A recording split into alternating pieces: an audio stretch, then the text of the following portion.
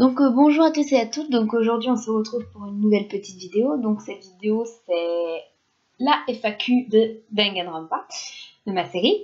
J'ai pris beaucoup de temps parce que je n'ai pas eu beaucoup de questions.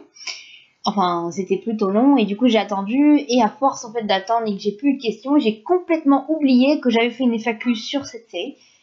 Et du coup comme j'ai quand même, je devrais en avoir 13 au moins de questions. Je me disais, bon, bah, c'est pas grave, ça suffira largement pour faire une vidéo. Et je vais quand même faire une vidéo parce que je me suis dit que je vais pas laisser ces questions sans réponse. Surtout que cette vidéo, je me tenais à la faire. Donc, c'est parti. Donc, première question. Neigi est-il amoureux de Kirigiri? Donc, cette question vient de Marie Morin et Passion Animale et Schleich. Donc, est-ce qu'il est amoureux? Alors, Neigi, officiellement, ce n'est pas dit. Par contre, Kirigiri, elle est amoureuse de Neigi. Ça, c'est officiel. Et Mokuro est aussi amoureuse de Neigi officiellement. Mais bon, ça, c'est encore plus compliqué pour expliquer pourquoi Mokuro, alors que Mokuro ne connaît pas bien Neigi. Mais ça, je ne vais pas rentrer dans les détails parce que moi-même, je ne sais pas vraiment. Mais je sais que c'est officiel. Mais Kirigiri, elle, oui, elle est amoureuse de Neigi. Mais ça se montre pas. Neigi, ça pourrait être réciproque. Mais je ne sais pas vraiment. Donc voilà, après dans l'histoire, dans la série, vous pouvez vous imaginer ce que vous voulez comme couple, n'importe quel couple, par exemple, je sais pas, Neigi et Tonagami, il y a plein de trucs comme ça, des couples à la vraie, vous imaginez ce que vous voulez. Moi j'en sais rien, mais à mon avis ça pourrait être réciproque. Excusez-moi. Le cheval accroché à une fusée, alors ça c'est la deuxième question, le cheval accroché à une fusée dès le premier épisode de cette série, est-ce le père de Kirigiri, de Passion Animale et Schleich? Alors oui, alors parce que dans l'épisode 1, vous voyez un cheval accroché à une fusée. C'est la première image que vous voyez de Danganronpa, de l'épisode 1, du prologue plutôt. Et oui, c'est bien le père de Kirigiri, donc on voit l'exécution du père de Kirigiri voilà. C'est vrai qu'au début, on ne sait pas qui c'est, on n'entend pas parler pendant un moment, on n'a pas de détails, et oui, c'est bien le père de Kirigiri, donc voilà. Alors, 3. Pourquoi as-tu voulu faire cette série? De Julie Lomed. Alors, pourquoi je voulais la faire? Donc, j'ai voulu faire cette série parce que j'aime beaucoup déjà. J'aime beaucoup déjà le manga et en fait, c'est mes prix comme ça. Je pensais justement à quelque chose dans cette série. Je pensais justement à quelque chose que je pourrais faire sur ma chaîne, une nouvelle série ou enfin quelque chose qui pourrait durer et que je pourrais faire pour m'amuser. Et en fait, un soir, j'ai commencé à imaginer justement si c'était mes chevaux qui devaient s'entretuer. Enfin, ça pourrait être sympa de voir ça.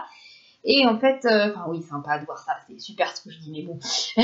J'imaginais mes Schleich en fait être à la place de certains personnages et du coup, ça fait que j'ai imaginé ça.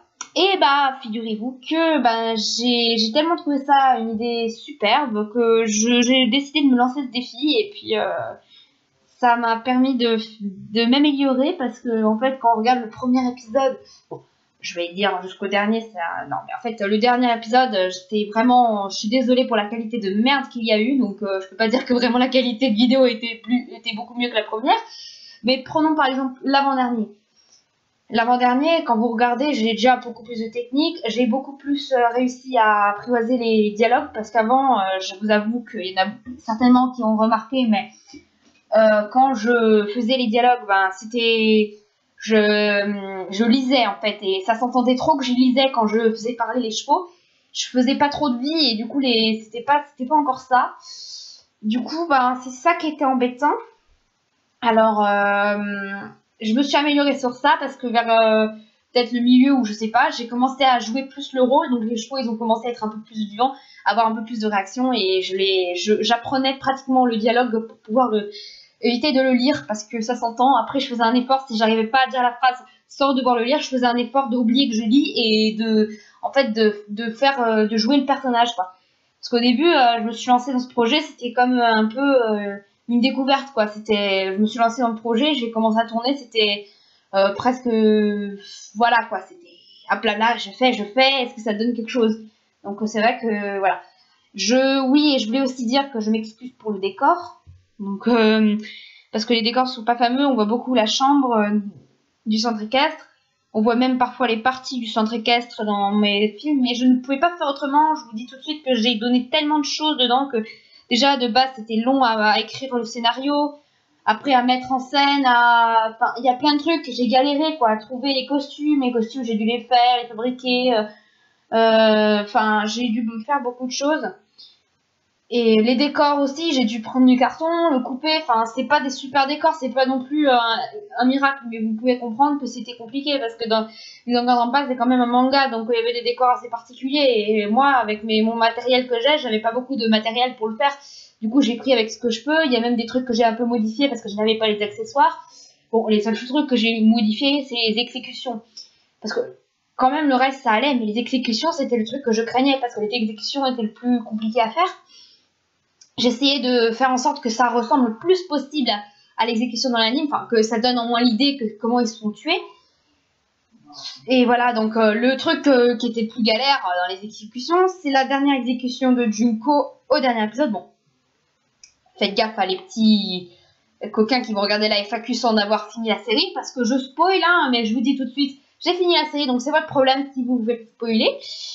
C'est pas mon problème, donc parce que je l'ai terminé, moi elle est clos. La FAQ est censée être là pour répondre à des questions pour ceux qui l'ont suivi. Donc je suis désolée si je spoil des choses, mais vous voyez que dans l'exécution de Junko, il y a toutes les exécutions que tous les élèves a subies durant cette période de tuerie. Et du coup, je craignais le plus parce qu'il fallait que je ressorte les anciennes exécutions. Et comme la toute première, celle de Léon, ça fait 1 an déjà que je travaille sur ce projet, ça fait 1 an. Et oui, ça fait 1 an, si vous allez chercher dans mes vidéos, ça fait 1 an que j'ai posté le premier épisode. Du coup, ça fait 1 an que je bosse sur ce film, sur cette série, ça fait 1 an que je tourne, ça fait, voilà. C'est vrai, je n'ai pas non plus, j'ai fait des pauses, donc il y a des fois où je ne faisais rien, je ne travaillais pas dessus, j'étais en pause, donc c'est vrai que non plus 1 an a été un peu accumulé avec un peu de retard, les épisodes et tout.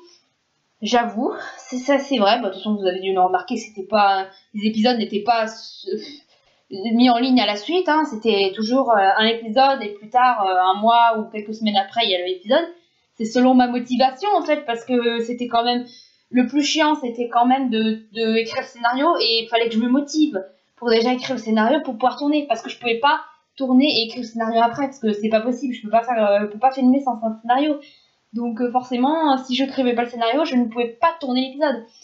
Et surtout que écrire les scénarios, je le faisais pas non plus en une journée parce que c'est long. Hein, ça a beau être 23 minutes d'épisode, je faisais pause pour écrire chaque détail que je voyais pour pouvoir savoir qu'est-ce que je dois faire sur l'endroit quoi. Oui, donc petite parenthèse. Dans cette vidéo, je risque de parler beaucoup. Donc ceux qui n'aiment pas les pipelettes ou qu'ils en ont marre de m'écouter, je suis vraiment désolée, mais là c'est un sujet qui m'intéresse et qui vous intéressera peut-être aussi parce que vous vous intéressez sûrement à savoir comment je l'ai tourné. Voilà. Alors, bon, j'en étais à que voilà, je devais écrire le scénario et sur place, fallait déjà que je m'organise, que je détruis un peu mon centre équestre parce que je filmais dans la chambre de mon centre équestre. Donc ça qui fait que j'ai enlevé beaucoup d'écuries, des box, je foutais ailleurs. J'ai enlevé la carrière pour pouvoir la table en dessous. Donc je détruisais mon centre équestre pour pouvoir tourner. Donc voilà, c'est un peu chaud et en plus la plupart du temps après, quand j'ai terminé de tout tourner, je suis fatiguée, j'ai un peu plus. Ou alors quand je range pas tout de suite mon centre équestre, il reste en bazar pendant un moment sans que je remette les écuries en ordre. Alors voilà. J'y range que quand j'ai la motive ou quand j'en ai marre parce que je vous dis que c'était pratiquement crevant, mais crevant de tourner. C'était une horreur. J'avais chaud, enfin pas chaud parce que ça dépend quelle température il faisait, mais j'étais fatiguée, ça me faisait mal à la tête. Bon, je faisais des pauses. Après, parfois mon appareil photo, il me faisait des pauses forcées parce qu'il tombait en panne de batterie. Voilà, donc des petits soucis comme ça, mais après pour retrouver tous les problèmes, pour essayer de régler tout ça, j'ai fini par tout les régler. J'ai eu problème. Alors voilà, après quand je tourne tout, je suis contente d'avoir terminé, mais bon, la plupart du temps, les tournages, ça me prenait une journée de tournage Et même une journée, le lendemain, j'avais pas terminé. Déjà, l'écriture du scénario, si je suis vraiment motivée, il m'arrive de faire, de faire au moins, je sais pas, 15 minutes de vidéo, enfin de scénario, 15 minutes pour écrire et tout. Et je fais des pauses, ou alors je le reprends le lendemain. Après, voilà. Il m'arrivait une fois où, voilà. Et après, les scénarios, je les écrivais avant à la main sur une feuille simple. Voilà. Mais maintenant, j'écrivais à partir du 7, je crois que j'écrivais sur ordinateur. Donc j'écrivais sur LibreOffice, je prenais ma clé USB, j'allais dans ma imprimante et j'imprimais les pages. C'était beaucoup plus rapide déjà pour l'écrire et ça me faisait moins mal à la main et du coup je faisais beaucoup plus parce qu'avant quand j'écrivais à la main, je prenais beaucoup plus de temps à l'écrire, je prenais beaucoup plus de pauses parce que ça faisait mal à la main au bout d'un moment d'écrire. Alors du coup c'était plus lent. Et du coup j'ai décidé pour une option plus rapide et du coup c'était beaucoup plus rapide parce que je pense que franchement c'était pour ça que je me décourageais, j'avais pas très envie de faire d'écrire le scénario parce que j'écrivais à la main. Donc quand je l'écrivais à l'ordinateur, ça m'a permis de me motiver un peu plus pour écrire le scénario. Et quand je pardon, excusez-moi. Et quand je tourne, ben je tourne. Hein, écoutez, quand je tourne, j'étais bien, je tournais. Ça me prenait une heure. Enfin, parfois j'ai commencé l'après-midi, j'avais toujours pas fini le soir. Ou alors, si je me mettais vraiment à cœur, je pouvais finir en une journée, ce qui parfois n'était pas le cas parce que je terminais. Enfin, parfois, de toute façon. Parfois, ça se voit dans mes vidéos parce que ça change de luminosité. Vous avez d'un coup, c'était le soir, donc quand la lumière est jaune, enfin, vous voyez que c'est un peu jaune les images, c'est parce que j'ai ma lampe qui est claire et jaune. Donc j'ai cherché à changer ça. Hein. Je vais demander à ma mère de me mettre une lampe blanche parce que, enfin, qui est éclairée, qui était pas économique, parce que la jaune, elle me faisait des images mais vraiment jaunes et c'était trop changeant. Après, je me disais que c'était peut-être une bonne chose parce que ça faisait des changements d'heure, mais bon, après, quand c'était. Voilà. Et quand tout d'un coup, vous avez une super luminosité, bah oui, parce que j'ai arrêté le soir et j'ai repris le lendemain matin, et du coup, c'est vrai que le lendemain matin, on a. Voilà. Parce que parfois, je me prenais vraiment tard à filmer et c'était pas terrible. J'aurais peut-être dû attendre le matin, enfin voilà, j'aurais pas dû faire ça, mais bon, comme j'étais impatiente, comme j'adorais tourner, je pouvais pas attendre. Je voulais absolument tourner, je voulais absolument m'amuser à faire ce truc, et enfin. Franchement, c'était une bataille très corsée, mais qui m'a vraiment amusée. Et c'était vraiment cool. Il y a des fois où c'était un peu dur, j'en avais un peu marre. En plus, avec les problèmes d'appareil photo, que mon ancien appareil photo buguait, il faisait chier. Enfin, et le montage, je vous en dis même pas, ça me prenait des heures, mais c'était inimaginable. Hein. Le montage, c'était une horreur. C'était long. Fallait trouver les bonnes musiques, fallait trouver les mettre au bon endroit, fallait que je règle certaines choses, quand ça va pas, il y avait même des fichiers qui étaient pas là, donc du coup il fallait que je les retourne. Je peux vous dire que c'était pas drôle ces passages-là, parce que s'il fallait que je retourne dans la chambre, refilmer, refaire ce passage, c'était une horreur. Après c'était les dialogues, j'appuyais sur play, par contre je parlais trop tôt avant que le truc se mette sur play, et du coup ça fait que les phrases ont été coupées, je coupais trop tôt, du coup ça fait que ça a été coupé. Du coup je faisais attention, j'appuyais sur le bouton, j'attendais de voir qu'il était vraiment en train de filmer. Et voilà, et après dans le montage, je coupais les passages qui étaient sans rien en attendant. Et du coup, vous avez certainement remarqué que du coup, c'était beaucoup moins coupé, vous comprenez un peu mieux, j'articulais un peu mieux, et les personnages étaient mieux joués. Voilà. En tout cas, je me suis vraiment amusée, et puis voilà. Bref, on va continuer, poursuivre cette FAQ. Donc voilà, j'ai dit beaucoup de choses, je sais pas si c'était bien intéressant, mais bon. Alors, ensuite, Fukawa s'est-elle mariée avec Togami de Marie Morin. Alter Ego n'avait pas-il dit que c'était sûrement le principal de l'école. Pseudo YouTube, hein. Je suis désolée. Bref, fin de la parenthèse. Fukawa s'est-elle mariée avec Togami? Bah, ça n'a pas été dit. Ça, c'est dans la série, ça n'a pas été, je pense pas mentionné. Ça reste l'imagination des fans.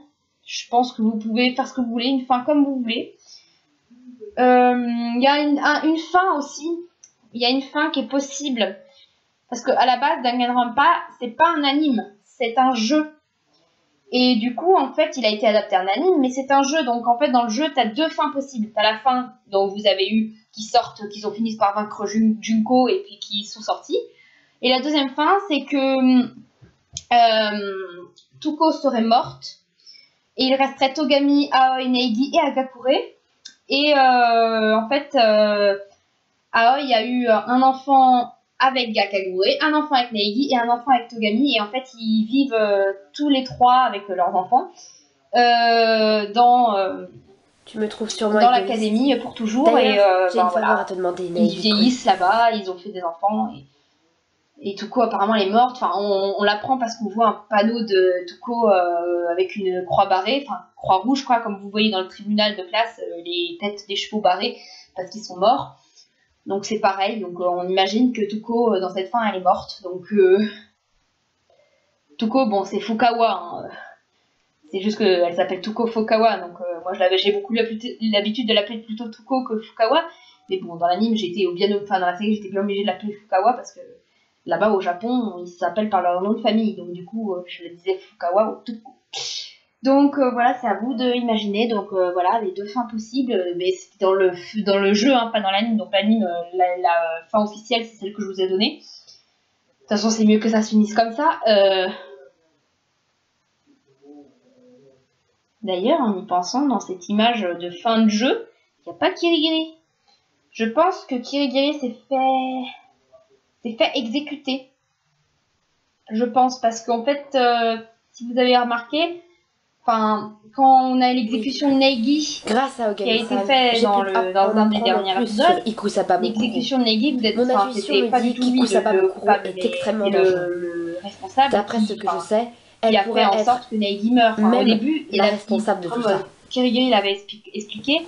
C'était Kirigiri qui devait y passer dans le... Je veux chercher à quoi sert en fait, elle a fini par pourrais-tu distraire Monokuma se faire exécuter à la place de Neigi. Donc, tu veux chercher? Et c'est pour ça qu'en fait, il n'y a que Aoi, Neigi, Agakure et Togami de vivants dans l'académie dans la deuxième fin qui est un peu plus triste. C'est en fait, il y a une bonne fin et la mauvaise fin. Mystère. Tu ne penses pas? La mauvaise fin, vous pouvez imaginer que la mauvaise fin, puis-je te faire confiance? Celle où il reste enfermé pour toujours dans l'académie. Voilà, et la bonne fin, c'est quand il sort de l'académie. Ouais, bref, il n'était pas là pour parler de ça. Comment donc, tu imagines ce que tu veux. Mais il y a des nouveaux Danganronpa qui sont sortis. Donc c'est une suite. Enfin, il y en a deux. L'autre, c'est qui révèle le passé d'avant Danganronpa, celui que je vous ai présenté. Et l'autre qui révèle le futur après que les élèves sont sortis de cette académie. Donc oui, il y a un 2. Il y a un Danganronpa 2. Mais ça, j'ai jamais dit que j'allais faire la suite. C'est pas encore prévu du moins. Parce que ça sera encore plus compliqué. Je suis en train de le regarder. Et c'est vraiment un truc de ouf. Franchement, j'en ai appris encore plus sur Danganronpa que je connaissais. Je suis vraiment contente et j'ai reçu beaucoup d'émotions. Et franchement, j'adore. Mais ça serait encore plus compliqué de le faire avec les flèches. Elle l'a ouvert. Je sais pas si j'aurais le courage. J'ai pas envie. Tu te souviens de son Franchement, j'ai pas envie d'y commencer après d'abandonner en plein milieu parce ma mort ne sera pas cette série, c'est pas possible qu'ils abandonnent parce que c'est un truc si on abandonne quoi, c'est quand même quelque chose de costaud quoi. Je peux pas abandonner et que vous donnez jamais la suite parce que vous serez déçus. C'est sûr. Donc pour l'instant, je n'ai pas de motivation donc pour l'instant je ne me lance dans rien. Donc voilà, c'est à toi de voir mais bon. Moi, je pense pas qu'ils se sont mariés. Enfin, j'en suis même sûre. Alors, quatrième question, je pense que c'est la quatrième. Attendez, je sais pas compter. 1, 2, 3, 4, non, cinquième. Ça fait quoi si je connaissais déjà la série avant? Ce qui est le cas. Marie Morin, bah rien. Écoute, ça fait rien du tout si tu l'as déjà vu. J'ai déjà eu des commentaires qui disaient que je connais le manga, j'ai déjà vu, et c'est, voilà. Mais il n'y a pas de problème, c'est pas un manga non plus qui est pas connu du tout, hein. Tu peux l'avoir déjà vu, déjà connu, c'est pas grave, c'est pas grave si tu connaissais la série, hein. Moi je l'ai faite parce que c'est un manga et franchement, forcément, moi j'ai voulu le faire avec les flèches pour faire un autre point de vue, et en plus, voilà, au moins tu le vois en français, au moins c'est une voix française, t'as pas à lire des sous-titres. Même si moi, depuis longtemps, ça me gêne plus, vu que je regarde tellement de mangas que ça me gêne même plus les sous-titres. Bref. Alors, sixième question. Ça t'a pris combien de temps pour faire cette série? Donc, c'est de Eva Becci. Donc, j'avais déjà répondu à cette question. En gros, entre parenthèses, j'avais déjà répondu. Mais ça fait... alors, combien m'a pris? Un an, quoi. Ça fait un an que j'ai pris un an pour faire cette série. Voilà, donc même si... En fait, même si je travaillais pas dessus, même si j'écrivais pas le scénario, je réfléchissais toujours quand même à comment je pourrais faire certaines scènes. C'est des scènes difficiles, hein, parce que les scènes où je fais juste parler, où je les déplace, non plus... Voilà. Et puis j'essaie aussi, comme j'avais des petits meubles en bois que j'avais eu quand j'étais petite, ben ça m'arrangeait parce que ça faisait le meublier et ça faisait un peu moins vide. Voilà, après je me débrouillais, donc voilà, bon, ça m'a pris un an. Alors, que devient Monokuma à la fin de Zoé B? Excusez-moi. Alors, que devient Monokuma à la fin? Alors oui, à la fin, on voit Monokuma au milieu du tribunal, lorsque tous les élèves ont quitté l'académie. Alors en fait, Monokuma, lui, il n'est pas mort. Junko, je vous assure, elle est morte, c'est officiel, hein, elle n'est pas vivante, elle n'a pas survécu, hein, c'est plus elle qui contrôle Monokuma. Moi-même, je ne sais pas vraiment pourquoi il a réagi, mais je vous dis tout de suite, c'est que Monokuma est vraiment vivant, comme il le dit, je ne suis pas une peluche. Donc il est vivant, et ça c'est à suivre, quoi. Ça veut dire qu'il y aura une suite, probablement, ça veut probablement dire ça pour la série, c'est que c'est pas fini, Monokuma est toujours là. Voilà. Qui est dans le vaisseau spatial? Bon bah c'était une question je pense. Qui est dans le vaisseau spatial de The Wolf Star? Donc j'avais déjà répondu. La personne qui est dans le vaisseau spatial dans le début de la série que vous voyez dans l'épisode 1, c'est le père de Kirigiri, donc le directeur de l'académie, qui a été tué par Junko. Donc voilà, tu sais. Alors, 8e question. Qui est Sio la génocidaire? Monokuma est-il gentil ou méchant, ou est-il juste diabolique? De Meshlech et moi. Donc, qui est Sio la génocidaire? Sio la génocidaire est une tueuse en série connue au Japon. Enfin, en tout cas, je ne sais pas si elle est connue vraiment, réellement, mais en tout cas, dans la série, elle est connue au Japon. C'est une célèbre tueuse en série qui tue que les garçons mignons. Voilà, et elle les tue tous d'une certaine manière, donc crucifiés. Donc, de toute façon, j'ai pas besoin de faire vous rabâcher ça parce que vous avez qu'à regarder les épisodes. Togami l'explique dans l'épisode de la mort de Chihiro. Enfin, en tout cas, Chihiro est crucifié comme les victimes de Tuko, sauf que c'était pas le coup de Tuko, de Sio plutôt, mais le coup de Wada, mais voilà. Mais Wada ne l'a pas mis comme ça, hein. C'est Togami qui a découvert le corps bien avant tout le monde et qui s'est amusé à le mettre comme ferait Junko pour accuser, pour que Tuko révèle sa deuxième personnalité de Sio la génocidaire. Voilà, donc Sio la génocidaire, c'est une tueuse en série, voilà. En fait, elle est schizophrène, Tuko, et du coup, elle a deux personnalités. Et Sio est sa deuxième elle. Donc voilà. Alors, Monokuma est-il gentil ou méchant, ou est-il juste diabolique? Alors, comment dire? C'était Junko qui la contrôlait, et je peux vous avouer que vous n'avez pas trop de détails sur elle dans le 1, donc vous savez pas que c'est vraiment une connasse, cette fille. Mais on va dire plutôt Junko, est-elle gentille ou méchante, ou est-elle juste diabolique? Donc elle est, bon, je dirais peut-être pas diabolique, c'est peut-être pas le bon terme, mais pour toi, si ça te parle mieux, oui, elle est diabolique. Enfin, c'est une folle, elle est folle de désespoir, c'est sa passion. Enfin, et elle est tellement folle qu'elle a fait quelque chose de cruel. Enfin, c'est une horreur. Alors voilà, Monokuma, Junko entre guillemets, oui, c'est une folle et diabolique. Donc, 9e question. Tu as trouvé les épisodes en français ou avec des sous-titres? Alors, avec des sous-titres, hein, bien entendu, de Meshlech, pardon. Donc, j'ai pas trouvé les épisodes en français, hein, je les ai trouvés avec sous-titrés. Donc voilà, je les ai trouvés en sous-titrés. Alors, 10e et dernière question. Pourquoi as-tu avoir choisi cette série et pas une autre? Lele-sama. De Lele-sama. J'ai choisi cette série parce que je l'ai un peu expliqué dans les premières questions, il me semble, ou dans le deuxième, je sais plus. C'est parce que je n'ai pas réfléchi à d'autres séries. J'ai réfléchi à Danganronpa et j'ai imaginé Meshlech s'entretuent. Meshlech dans leur situation et ça m'a bien plu. Je n'ai pas pensé à la remettre dans un autre univers. Peut-être que ça viendra, hein. Ça m'a plu quand même de me baser sur un manga parce que c'est super sympa et puis voilà. Mais bon. Voilà, donc j'espère que j'ai bien argumenté et justifié vos questions. Je suis déjà à 24 minutes de vidéo. Ça fait beaucoup, donc je suis désolée si ça dure encore des plombs. Mes vidéos sont toujours très très longues. Mais là, bon, c'est une FAQ, donc c'est le moment où je peux parler. Donc voilà. Bon, bref, je vais me taire parce que j'ai pas envie quand même que ça dure 30 minutes. Mais si c'est mal parti. Bon, voilà, donc merci. Et ben, si vous avez encore des questions à éclaircir, je répondrai certainement en commentaire. Voilà, donc merci d'avoir regardé cette vidéo et à bientôt. Bisous.